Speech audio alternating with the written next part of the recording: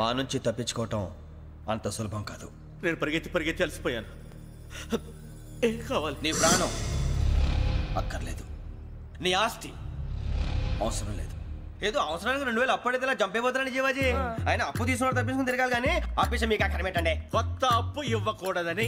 ఇదిగో వెంకీ, కావాలంటే నీకు ఇచ్చిన పాత బాకీ మర్చిపోతాను, నన్ను వదిలే. మీరు మమ్మల్ని వదలనా? మేము మిమ్మల్ని వదలలేమండి. మీ దగ్గర అప్పు తీసుకున్న నిజం మమ్మల్ని నీలా వెంటాడు. అందుకు నన్ను వెంటాడుతున్నారా? నన్ను అంతగా అయిపోలేదు. ఉండి లేదంటే మొత్తం లేకుండా పోతారు. ఇప్పుడు మీకు ఇస్తే జరిగేది అదే. ఇస్తే ఇవ్వండి, లేకపోతే మానేయండి, అంతేగాని శుక్రవారం పూట అశుభ మాటలు మాత్రం ఆడకండి. శుక్రవారం లేదు, శనివారం లేదు, అసలు వడ్డీ వ్యాపారమే చేయడం లేదా? జీవాజీ, డిస్కషన్స్ అనవసరం. ఇప్పటికి 18,000 ఇచ్చారు, ఇంకో 2,000 ఇస్తే 20,000 రౌండ్ ఫిగర్ అవుతుంది. 2 రోజులు తిరిగి ఇచ్చేస్తాం. వీళ్ళకి ఇప్పుడు దాకా ఇచ్చింది 14,000 కదా, 18,000 అంటాడేమిటి పెచ్చనాయాలు? పడ్డాడు కక్కుర్తాడు. సంగతి మనకి తెలిసి.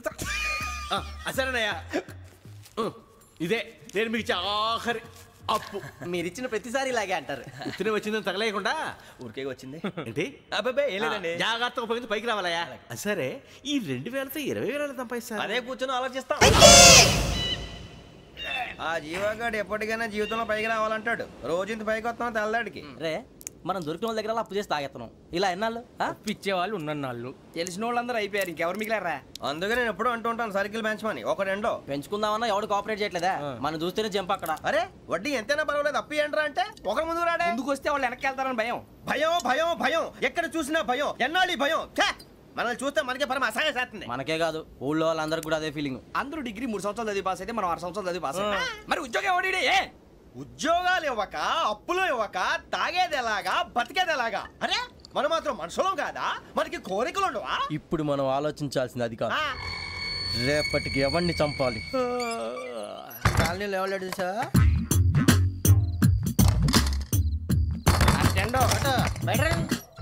నువ్వా వెంకీ? ఏంటి వెంకీ ఈ టైంలో వచ్చా? నీతో మాడే పని ఉంది, దా చెప్తా. ఏ బాగా నిద్రొస్తుందా? సరిగానే రే, నువ్వు మమ్మల్ని చూసే తలిపేసావా? మామూలుగానే వేసాను. మామూలుగా వేసేవాడివి. మేము రావడానికి 1 నిమిషం ముందో, మేము వెళ్ళాక 1 నిమిషం తర్వాత వేయాలి కానీ రాజా.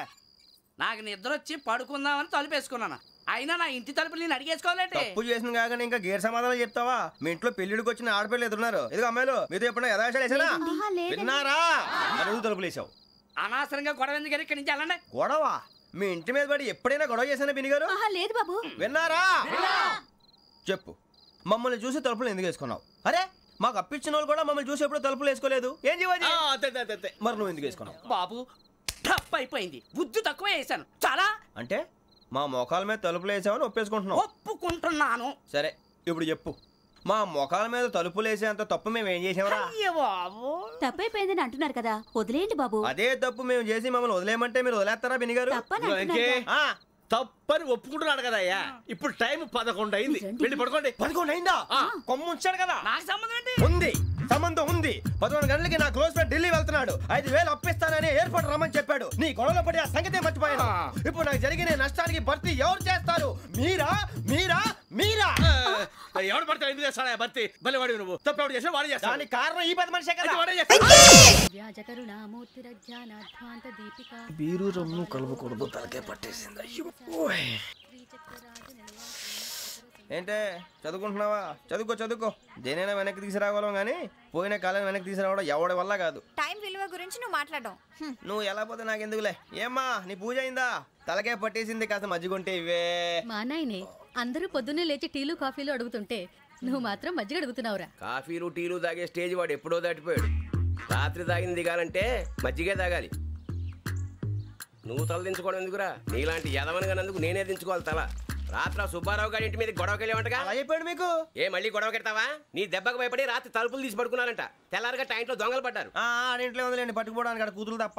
ఎన్నాళ్ళు ఇలా బేవర్స్గా తిరుగుతావురా? ఇన్నాళ్ళని ఏం ఫిక్స్ అవ్వలేదండి. చిచి నాన్న అమ్మా, కంబైన్ స్టైల్స్ కి ఫ్రెండ్స్ ఇంటికి పిలుద్దాం అంటే వీడికి భయపడి ఎవరు రావడం లేదు. నేనే చేశానే.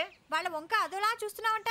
ఆ గొప్ప ఫిగర్లని అదోలా చూస్తాను, ఏదో మోహాలు వేసుకొని. చదిగా ఆ గొంతు ఆ వాలకం చూడలేకపోతున్నాను రా బాబు. చిన్నప్పుడు వచ్చి నా అలాగే ఉన్నావు, తెగ ముడిచిపోయారు. ఇప్పుడు నచ్చట్లేదు నాన్నగారు మీకు? నేను యదవలతో డిస్కస్ చేయను. నేను చేస్తాను. మీరు చెప్పదలుచుకుంది ఏమిటో చెప్పండి. ఇంకా చెప్పేదే ఉంది. నువ్వు ఇలా గాలికి తిరుగుతుంటే నేను తిండి పెట్టలేను. నాన్నగారు ఇప్పుడు శుక్ర మహాదశి 4వ పాదంలో ఉంది. నేను ఇప్పుడు ఏం చేసినా కలిసి రాదు. శనిగారు సెంటర్ లో కాసేసి నన్నే చూస్తున్నాడంట. వాడు అలా సైడ్ అయిపోయి నేను ఏదో అవుతాను కదా, మీరు కంగారు పడకండి. ఇవన్నీ ఆ జగదాంబ చౌదరి గారు చెప్పాడా?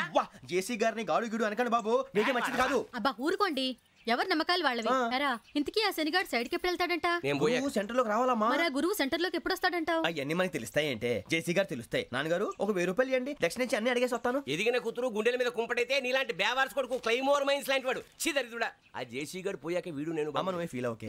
ఆయన కావాలని అంటున్న మాటలు కాదు, ఆయన దేవుడు. కానీ ఆ శనిగాడు ఆడి కాన్సన్ట్రేషన్ అంతా నా మీదే పెట్టేశాడు. మరి ఇప్పుడు ఎలాగరా నాన్న? ఆ పని మీద డబ్బులు అడుగుతుంటే ఆయన ఇసుక్కుంటున్నాడు. పోనీ నువ్వేనా ఇవే? నా దగ్గర కూడా లేవురా. తెలుగు భాషలో నాకు నచ్చని ఒకే ఒక్క పదం లేదు.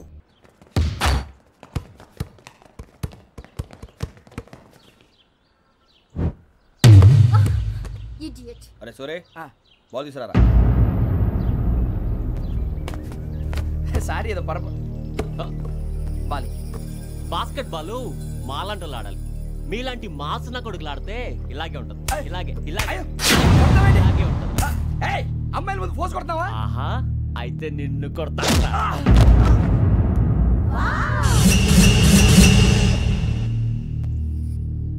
వాడు అమ్మాయిలు ఉన్నారని చూడరా ఎరా రెచ్చిపోతున్నాడు. బాస్కెట్ బాల్ మీ వాడి ఆట కానీ మీలాంటి మాసోళ్ళు ఆడే ఆట కాదంటున్నాడు రా. రే ఇంత ముందు 2-3 సార్లు కూడా ప్రతి విషయంలో జోక్యం చేసుకుని మనల్ని కొడుతున్నాడు రా. వాడిని ఏదో ఒకటి చేయాలరా, వాడిని వదలొద్దు.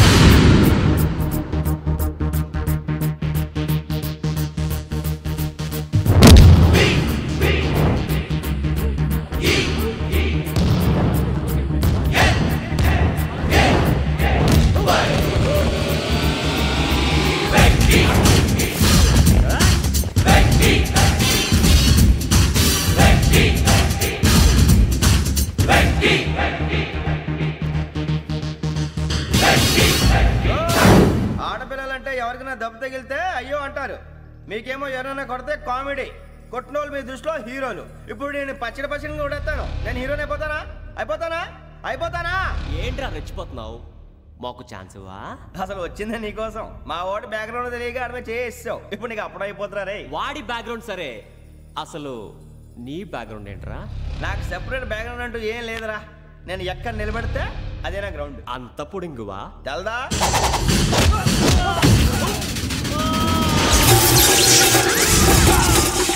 ఎవ్వా మన మామిడి కొట్టినప్పుడు వావ్ అన్నారు, ఇలాగే ఉంటుంది.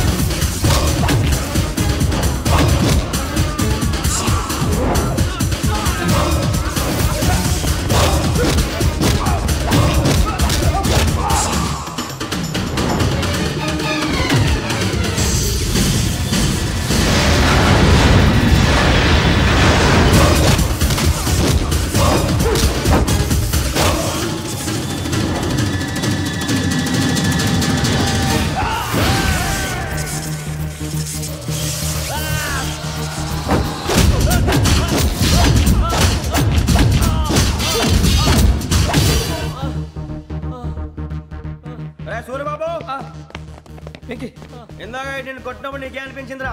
కుమ్మేయాలనిపించింది. మరి కుమ్మే. అమ్మో కుమ్ము. రేయ్